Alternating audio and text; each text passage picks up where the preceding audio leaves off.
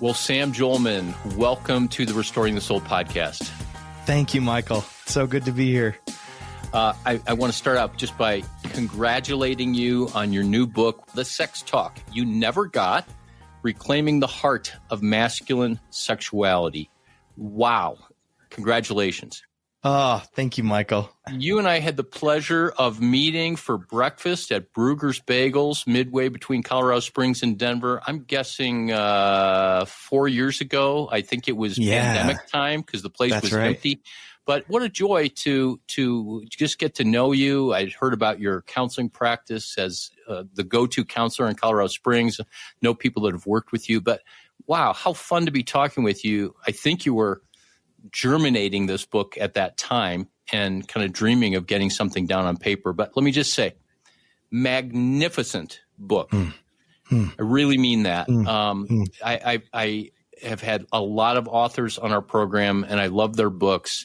This is not hyperbole. I'm not a Sam Jolman sycophant, but this book is going to change the world.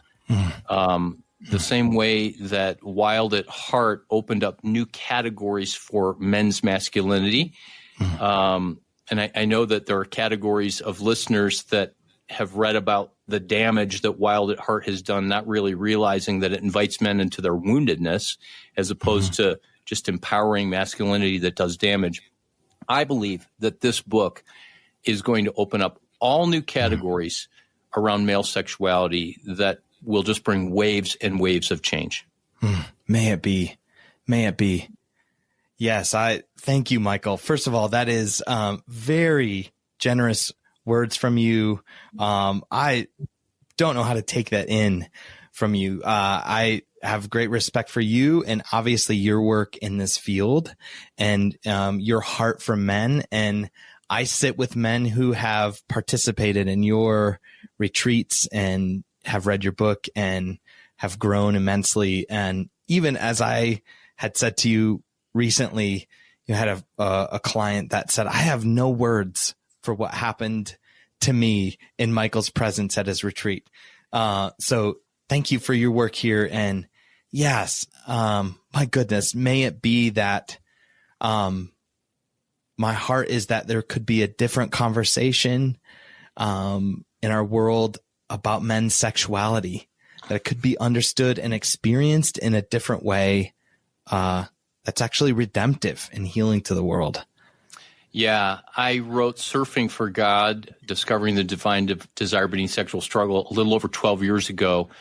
And I tried to write a sequel, and it's just never come because I couldn't find the right words. I couldn't find the right message. And then, of course, our colleague Jay Stringer wrote Unwanted. And I tell everybody that, I've always said, there's two books you should read on the subject, mine and Jay's. And now there's three. That's true. There's three, and I'm bumping your book up to the top of the list because you give this 30,000-foot perspective of the story of sexuality and the story of God and what he wants to do. But then you also bring it down to the very particular in an inviting way. And your book is the book that I never could have written and never should have written because it's your story and your style and in your language. And dare I say, as a soon-to-be 60-year-old, your generation, because I think you're about 15 years younger than me, and there's a language and a way of just kind of speaking, not like it's hip language or anything, but you're so immersed in the story idea that I think is far more a natural part of men that are a generation behind me. So I just can't say enough about it. And I just got to the end. You and I have gone back and forth about where I got the wrong copy of the book and so on and so forth. But it took my breath away at the end. And I won't do a spoiler alert, but you shared some very personal story and information that just made my heart break and celebrate for the glory and the ruin therein. So let's jump in, okay? That sounds great. So, Sam, first of all, you wrote in the book, and about 60% of the listeners of the Restoring the Soul program are women. And so there was this line that I thought would be very important to start with. You said, I'm deeply aware of the dangers close at hand in writing a book to rouse and bless male sexuality. And I thought that was so sensitive because women who have been victimized, and those numbers seem to be endless, by male sexuality, whether it's been a physical assault or words or catcalling or pornography use, why would they want you and I to throw gas on the fire of male sexuality, right? Because it's already done enough damage. So why did you start there, or why was that part of that introduction? Well, in a lot of ways, that the Me Too movement was a threshold moment for even me, because the world at that time was really asking, it seems like, at least implicitly, is male sexuality just this fundamentally broken thing? Right? Is there something monstrous inherent to male sexuality? And understandably, as we know, 90% of abusers are men. It's not to say 90% of men are abusers, but 90% of abusers in people's stories are men.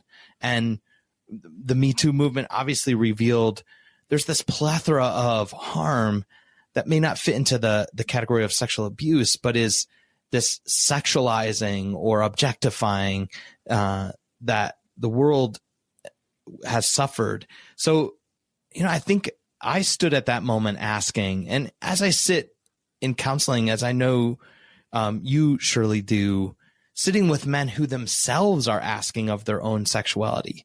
Gosh, am I just twisted? Am I just broken fundamentally? It's hard to imagine anything of original goodness here to male sexuality. Like, God made this good, right? So what is that good? Because we know that God stood in the Garden of Eden and said, this is very good, of Adam and his sexuality, along with all of creation. So I felt that tension so acutely after the Me Too movement. If it's meant to be good, why all of this pervasive harm in the name of it? So I think entering into the book, right, I actually wanted the word roused in the subtitle. My publisher settled for reclaiming, but the idea of rousing a man could feel incredibly scary, and like, why would we want to do that? Like setting a lion free from the zoo? What are we doing here? So wanting to hold the tension of, look, I'm aware something has gone really wrong here. But I do believe, it's why I wrote the book, that there's something we've lost. And it's not, the broken thing in male sexuality is not too much sexual desire per se, right? It's not that that's inherently wrong. It's that something of the heart of masculinity, something of the heart of sexuality in men has gone wrong, gone awry, has been lost. And that heart is what I sought to recover through the book. Thank you for all of that. And thanks again for the sensitivity to women. I know a lot of women are going to read this book. And again, at the outset, and this is redundant, I acknowledge, this book is categorically different from every other book that listeners will read about sexuality. One of the frames that I put around it is that instead of being prescriptive, do this, do that, look at this first, try to bounce your eyes, your book is descriptive. It's describing the story of God. It's describing the soul and what we're created for. It's describing masculinity. It's describing all the variants and the levels of sexuality. It's describing the barriers to us accessing that and living in that. And then it's describing a path forward. And I think that it's so compelling. If you will, I think you're giving a framework and a model for being wholehearted men. And you also, this was one of the very first paragraphs in the introduction. You said, as men, our sexuality is one of the most neglected and abandoned parts of us. And I got that right away as a counselor, but I know that there's going to be people that hear that and think it's counterintuitive, right? Because the man who's struggling with porn or sex addiction, or the couple that is having intimacy issues, or the man that's shut down sexually and has completely lost his heart and his desire, The problem seems to be a preoccupation with our sexuality, and you're actually saying that it's neglected and poorly understood. Yes, right. So the tension that we all live in at some level is that we are over sexualized and under sexually nurtured. In other words, if you think about it, sexuality for most men is probably the place they had the least meaningful conversations in their life and their development. You know, we have the proverbial locker room talk or sex jokes, but it's sexuality. We've treated it like this thing that sort of clicks on and just sort of runs itself and just sort of works. You know, and obviously by my use of the title, just inherent even in our neglect of the sex talk, which, you know, for most men was either brief or non-existent. From my experience of my personal experience and my own story, but also, you know, the men that I talk with, and even generations of men that I talk with. It's just a place we haven't had any meaningful conversation about, and an ongoing dialogue, right? It's not just one sex talk and then it's over. Because sometimes what men get is a kind of shoddy anatomy lesson, and then pretty quickly like a purity lecture, right? And that's it, right? And so the sex talk's done, but it doesn't explain, you know, it's not an ongoing dialogue that integrates sexuality into our lives and lets it be a part of life and a part of our growth. And we don't have, for example, even the romance talk as a part of the sex talk. We don't talk about the heart of sexuality. You know, we talk a lot about how the parts work, and that's where it kind of ends. So, you know, if you think about it, I think a statistic I read is that we get about 6 hours of formal sex education in school through like a health class or sex-focused education, but far less, it seems, at home than even 6 hours over a lifetime. So with our parents. So yes, men are over-sexualized. We're sold everything through sexual titillation, right? Or the pervasive presence of pornography in the world. Absolutely, men are over-sexualized. And the point I'm making is it's not a need for more sex per se, right? It's a need for the cultivation of something deep within a man that gets overlooked. Stay with us. We'll be right back. What if healing didn't have to take years? Hey friends, it's Michael. At Restoring the Soul, we guide men, women, and couples through intensive counseling that brings deep transformation, often in just a few weeks. And our mission is fueled by generous people like you. Now you can become a monthly partner by setting up a recurring donation of any amount. If you give $20 or more on a monthly basis, I'll send you a signed copy of my book, Sacred Attachment. To set up a monthly gift, visit restoringthesoul.com and click donate. Make sure in the notes section to type the word book. Thanks for helping to restore lives.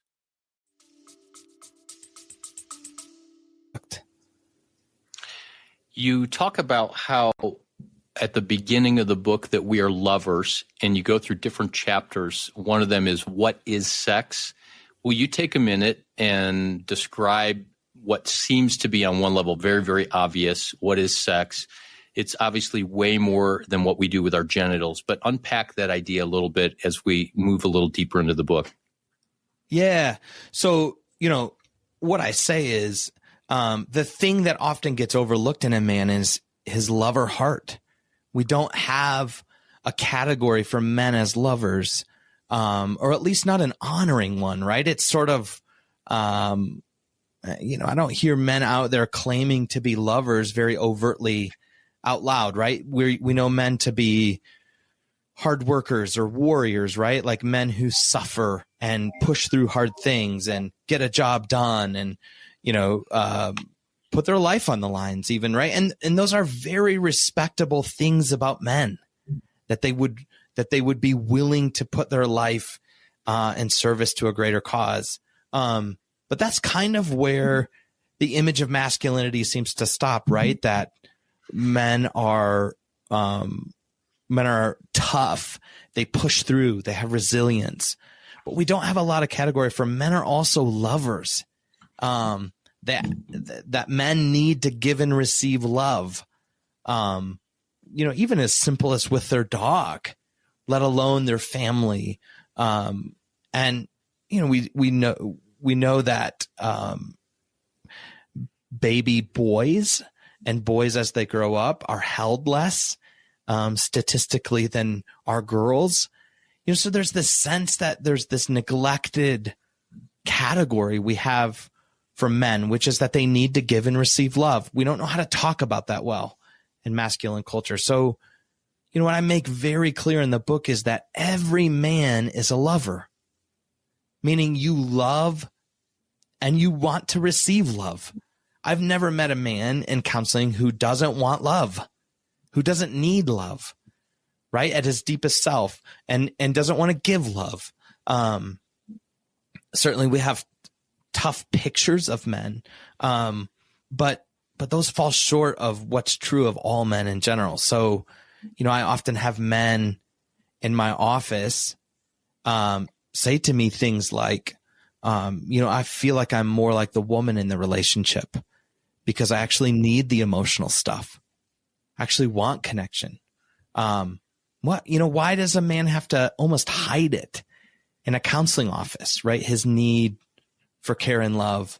So that's something that I think every man has to learn to step into and grow into, his desire and need for love. And that's the place that, as I say in the book, your sexuality is meant to flow from. Your heart as a lover.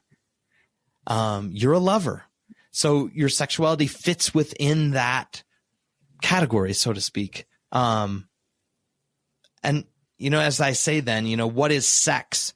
Well, it's the giving and receiving of love. It's an act of love making at its heart. It's meant to be that. But, as I say in the book, sex itself is actually a form of play. I think that's the essence of sex, is it's a place our love is meant to play. It's certainly not the only place. In fact, if it's the only place your romance or your love plays, something becomes missing in your life. But sex is a form of play. At its essence, it follows the sort of rules and design of play. Thank you. That's so good. And I love how you talk about the lover, the heart of the lover. And you start out the book as a single chapter, but that's woven all throughout. And you especially bring it back at the end about how the world needs men to be lovers, to bring about the kingdom of God and to make the good news real. But it's also important because it sets the context that sex is not a need, and you have a big section on that. And you and I both know Sheila Gregoire, who wrote The Great Sex Rescue and other books, and that's something she talks a lot about. And I know that some of the background of her research has influenced your book. But will you just touch on, knowing that we can't talk about every subject, this idea that sex is a need and a drive versus it's a want? Yeah, Sheila's work has heavily influenced some of my thoughts on this, but as well, Emily Nagoski, who is a writer on sexuality, more in the secular vein, but she has a great book where she describes, sex.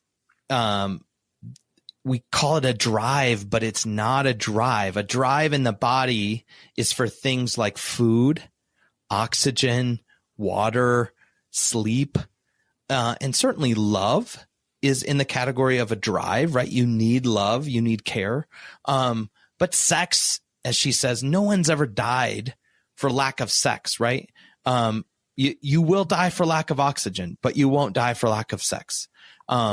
In other words, it's a desire. It's a want, not a need. And the good news about that is that you can interact with it more. You can have a relationship in a conversation with your sexuality. It's not this urge. I think especially in the church, men who treat sexuality as an urge, you end up having this very confused relationship with your body, which is, I have to meet this need, right? I'm a slave to my urge. I have to get released somehow, right? And it feels life or death, maybe, in that confusion. A lot of times, as I say in the book, I'm convinced when men feel their sexuality as a need, it's often because actually what they need is some form of soothing, right? A lot of times men's sexuality gets joined to their need for parasympathetic soothing. And yes, sex is a relaxer. It does soothe you. It can soothe you at least. It does release hormones, chemicals into your blood, relaxants that do relax you. And you do feel oxytocin, which is a hormone which brings comfort. So these, that's true that sex can comfort you, but the real need is probably more in the category of you need soothing, which we as men, again, we don't have a lot of categories for. Okay, men, what do you do to soothe?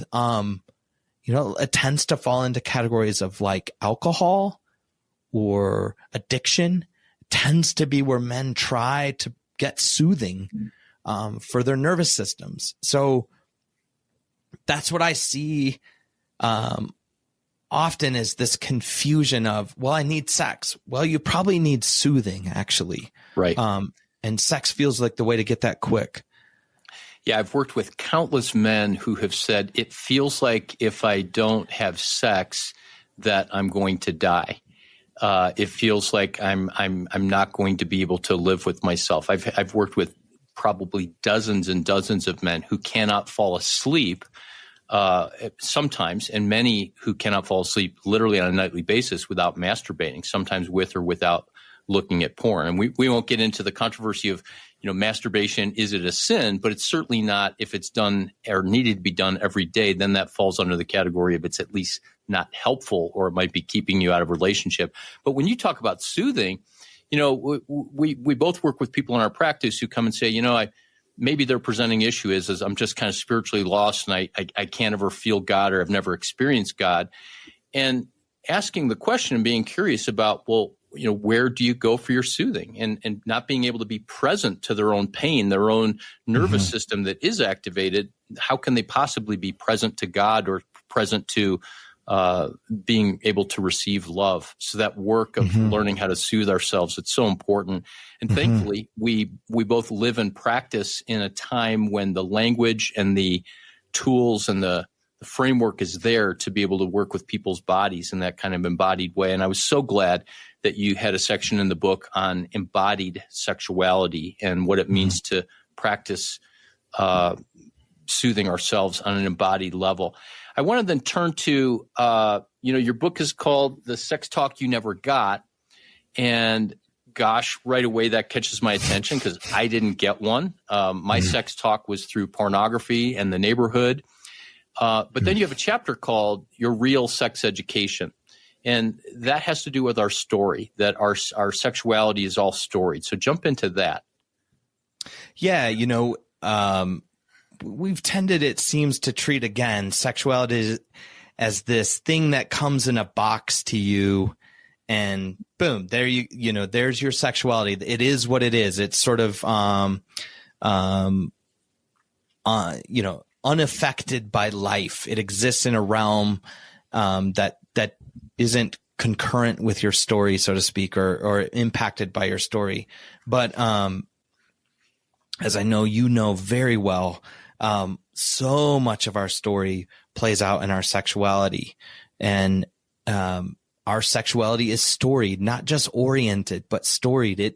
It is impacted by what I call our sexual formation, which is, not just what did you learn in the 6 hours of health class or the awkward 10 minutes with your parents, but every sexual experience, including our attachment story, our embodiment story, all of that impacts how we embody our sexuality. That's what makes our sexuality storied. And as I say, in that chapter, it's not simply that, I think it's true for all of us that, one day you sort of awaken and sexuality is this character, this mysterious character that's suddenly with you in your body, right? You at puberty suddenly have the hormonal presence, like your sexuality is clicked on, right? And it's with you as this force in your body. But along with that, wouldn't it be great if for all of us that process of getting to know our sexuality was one of innocence and awe and discovery, right? And if there was a kind of welcoming to our coming of age and a blessing of our body's design for desire and pleasure, right? Wouldn't that be great? But as we all know, as I say in that chapter, the other character that seems almost instantly present as well in our stories is the category of evil. And that evil seeks at some level to join all of our stories of sexuality to sow some sort of shame into all those stories. So that, what we're left with is stories of shame, not stories of innocence and discovery, right? But stories of shame that we want to shut down and bury.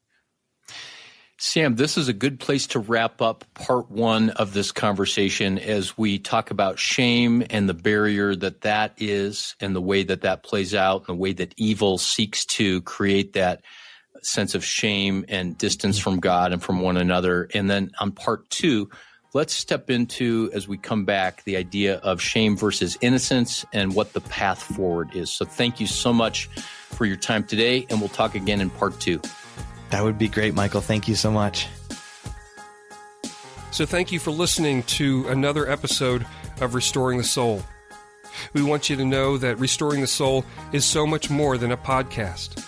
What we're all about is helping couples and individuals get unstuck. You know how some people go to counseling or marriage therapy for months or even years and never really get anywhere? Our intensive programs help clients get unstuck in as little as 2 weeks. To learn more, visit restoringthesoul.com. That's restoringthesoul.com.